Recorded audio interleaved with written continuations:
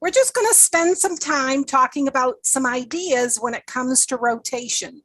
One of the things Jan mentioned in her last thing, she just slipped them in there, which I thought was kind of interesting, was the whole thing about not doing things cookie cutter, because we're not, we're all different. You come from a church plant. Yes. Right. My church is 40 years old. And we have 65 in worship. That's probably about our average worship attendance. So when we do Vacation Bible School, we get maybe 50 or maybe 60. And I haven't said it in this one, but our adult class, we do adult VBS because we do ours at night. And that's usually the largest class. Last year we had 21 enrolled in our adult class. So that's awesome. Yeah, it's a great opportunity. So, and that's, again, that doesn't have to do with rotations, but if anybody's on the fence about Vacation Bible School for adults, I'd say don't be, for sure do that for adults. So anyway. So we're a small church plant in Vermont. We're only 6 years old. And our actual membership is around 25, and we've had as many as 36 kids at Vacation Bible School. So great, yeah. So just two. We know some of you on here. You might have hundreds of kids. You might, yes. you might have, anywhere between, like we have. I was talking to a church today, and last year their VBS was seven kids, and I said, praise God for the 7 kids you were able to gather together. Absolutely. Yes. And if it's hundreds, then praise God for that too. And so because of that, we have to do things differently, right, Jan? Well, yes. And, I had to adjust when I came to Vermont because we moved from a church in Texas that, we had a couple of hundred kids come to Vacation Bible School every year. Well, we got all over to about 250 was the most we'd ever had. And so, for me to downsize, that took a lot of rethinking of how I was going to do that and how it would work. So yeah, size has a whole lot of, it doesn't mean it changes. Somebody said, yeah, I'm definitely Southern comment. Size doesn't change whether you do rotations. It just may change how you do them. That's right. Exactly. And one of the things, and so that's what we want to talk about during this session is, different ways that, people might choose to do their rotations. And I had seen someone and had talked to somebody who they do all of their rotations at the same time in a 45-minute block. So I want you to think about that. So they have 45 minutes and they have all their rotations in the same area at the same time. Now, the person that I talked to, they have a large room. They didn't call it a gym, but a very large room where they had their snacks, their crafts, their recreation, and their missions. And they had them set up in stations and, all around the room. And so for 45 minutes, they just allowed the kids to choose the ones that they wanted to interact with. And, and this person said that they did it because of they didn't have as many staff people. And so they only had like 3 or 4 people. And if they were going to have the rotations by themselves, they would have had to have like 8 people, because they would have had to have 2 people in each room. So this way they were able to do this rotation in 45 minutes with 4 people and have all of the things together. And the 4 adults that were there were just guiding the kids along, helping out, and things like that. So that might be an option for people. And if you can't do them inside, you might have a big lawn or a big driveway or something. You could set that up outside. That might be an option. for people. So I Yeah. thought that was a great idea. Yeah. So I read about one that they had a night vacation Bible school. So sometimes when you have your VBS affects what you can do and how you do it. And they would use their recreation as their early arriver activity, because then they could plug them in, they get them, signed in and then straight into that, which kept them from getting antsy and kept them busy. And then they would move on. And I think that I just love that idea. Love that idea. Yeah. Sandy and I talked about it that, you might could do, depending on your group, if you had some that came early, that you might could even do crafts that way. Right. So, think through about how that works for you. Yeah. Yeah. And alternate. That's another idea. Remember, if you want to join the conversation here, be sure to put in the chat your ideas. But another thing is to alternate your rotations. Now at our church, we only have 2 hours of VBS. So we do it in the evening. We do it from 6 o'clock to 8 o'clock. So a lot of churches do it and they have 3 hours. Now, when you're down to 2 hours, you have to make some, some cuts and you have to be, a little bit more creative in what you do. So one of the things that we did is we rotated, or we all on alternate nights. So 3 nights they did crafts, and then 2 nights they did missions. And so that's how they were able to, they didn't want to cut one or the other out. They decided to alternate. So that might be something as an option for you. So that's right. Good. That's right. Good. So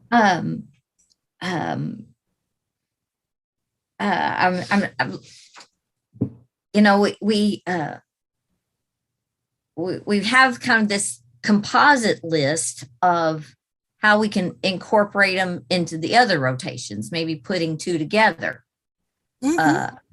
I know one we always put together was recreation and snacks, where that right after they got through recreating, we'd give this, it cut snacks pretty short, but then they would head on in that,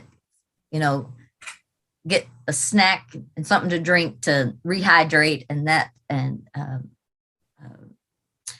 or maybe you put missions in your closing rally, or if you don't do a closing rally, put it at the end of your worship rally time. Yep, that's what we do. And we only have 2 hours. So one of the things they do is they, in past, they didn't this year, but in the past, they've incorporated the missions video and missions in the closing rally. So, and some use it in the opening rally. So again, you can be just as creative as you want to be, with your rotations. One person, one church I heard, they use their rotations as a take-home experience. So for example, if you, only have a few hours, a great way to make a home connection. Remember, Jan said you want to build relationships. You might send home your craft kit with the kids to take home as a take home, and then have the kids bring the craft back the next night and get credit, or win a prize or something like that. So you might think missions, you could do the same thing, or they could take a picture of it. Sure. If you didn't want them to bring it back, they could take a picture and show their pictures the next night. Post them on your website. Oh, absolutely. Absolutely. So just, be creative.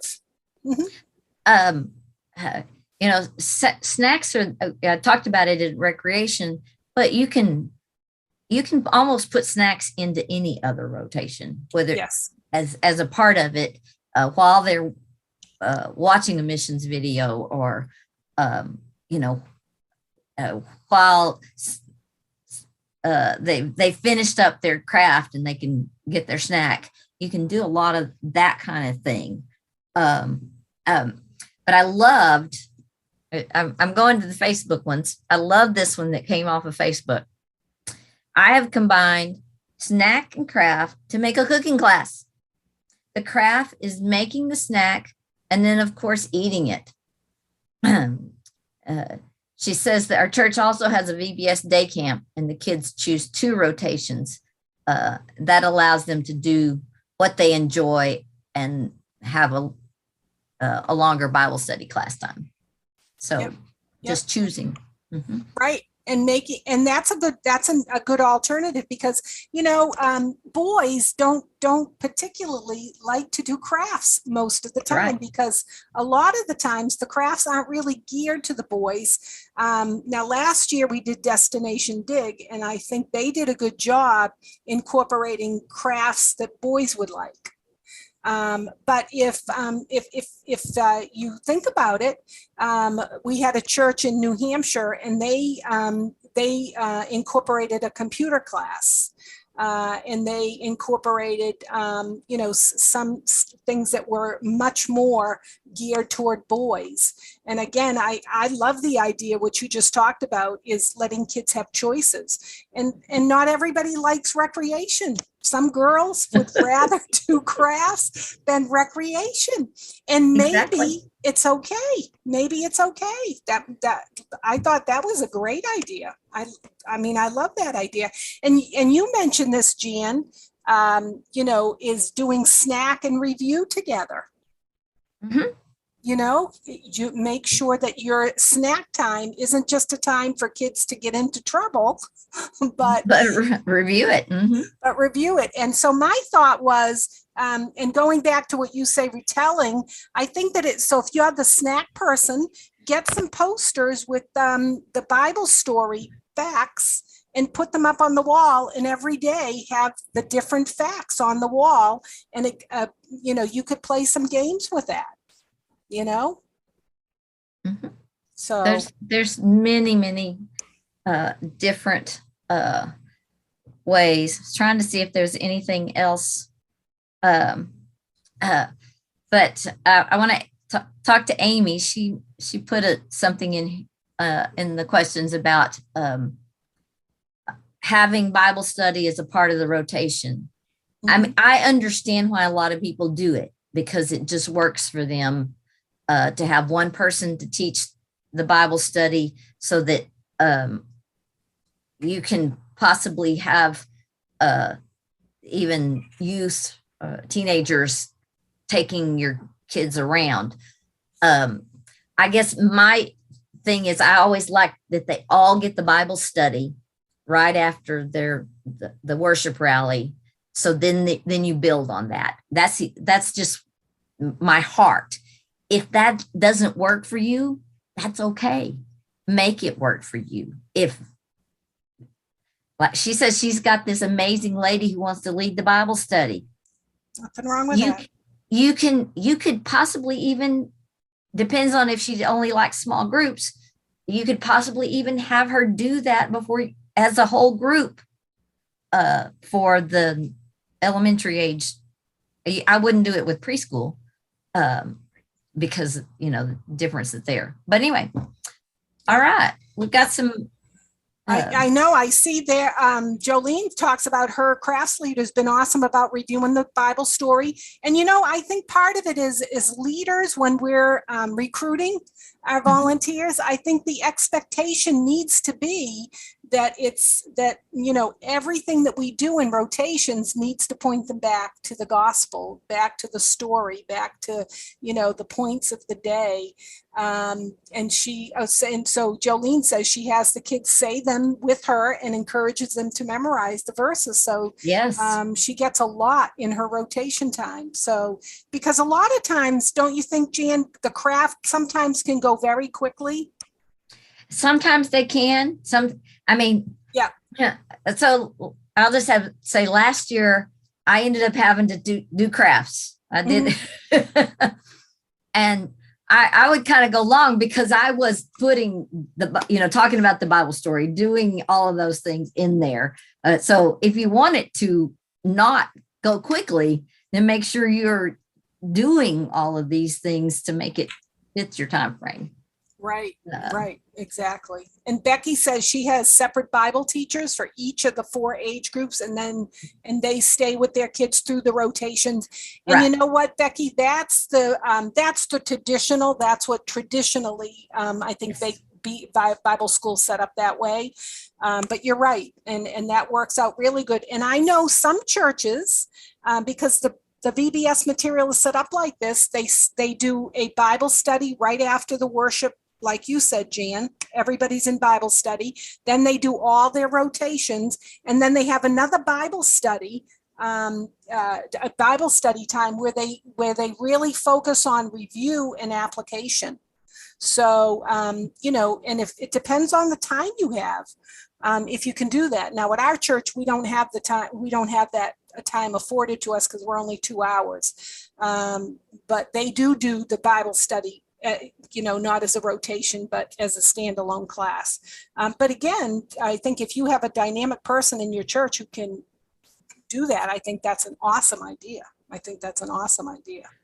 So Jolene responded to Amy about that, but then Amy says, how long does Bible time typically last? A good Bible study with application activities is going to be up to 45 minutes, I would say, before you start rotations. Now, if you're just going to teach the Bible story, that can be shorter, but one where you can have question and answer, and you can do something to make the Bible story stick, the application activities, then it does take. That's right. And I love to give it a good hour if possible. Yeah, and really, usually if you do it as a rotation, you've only got about 20 minutes because you're rotating with everybody else, and you're really not going to do more than say 20 minutes with recreation or snacks or something like that. So that's why they typically try to bookend Bible study. I think that works. Well, we cut out the snack time, last year with COVID still hanging around and things. Yep. We did snack by groups, and they did it in their Bible study group. And it was just, they did it right at the end of their Bible study time. And so that gave me more time to do other things. Yep. Instead of planning a snack time. And Sandy says, I've compared Bible study with activity sheets, and I'm pairing them with craft depending on the age of the group. That's a great idea. I like that. All right. All the people that have shared ideas, I got Jolene shared an idea, Becky, Sandy, I'm going to send you something special. What do you think about rotating teachers? Oh, no, that's a good one, Phyllis. And I'm glad you said that, because this is a really good place to talk about that. And that's, and actually, so if you do preschoolers, a lot of churches let their preschoolers rotate, and that can be interesting. But a lot of people like to contain their preschoolers, and then the preschoolers have special guests that come, like the craft person comes and the mission person comes. So, and that can be kind of fun for your preschoolers.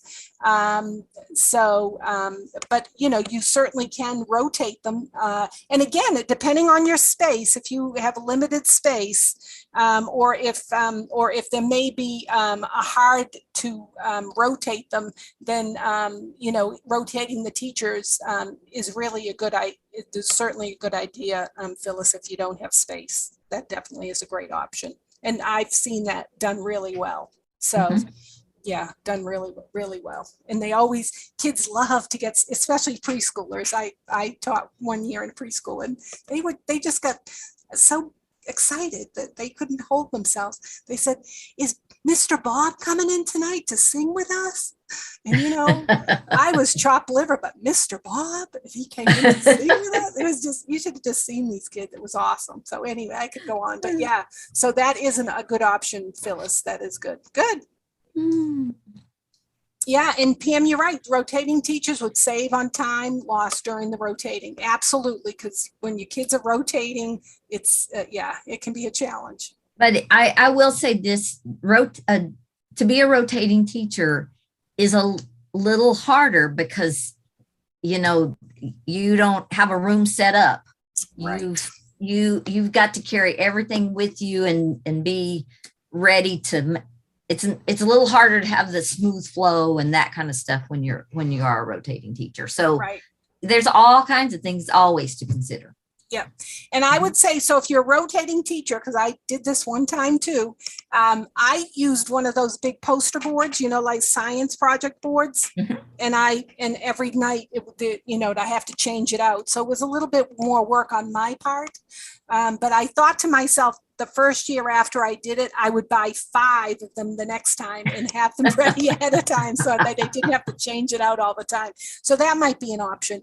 But, you know, I remember the craft person, you know, she'd bring her big container, and it was like a big, you know, it was a big thing when she came into the room with what was in her bag or big box. So anyway, it can be fun. But yeah, you're definitely right. There are challenges. So awesome. So I hope we've shared some really good ideas with you about some rotation.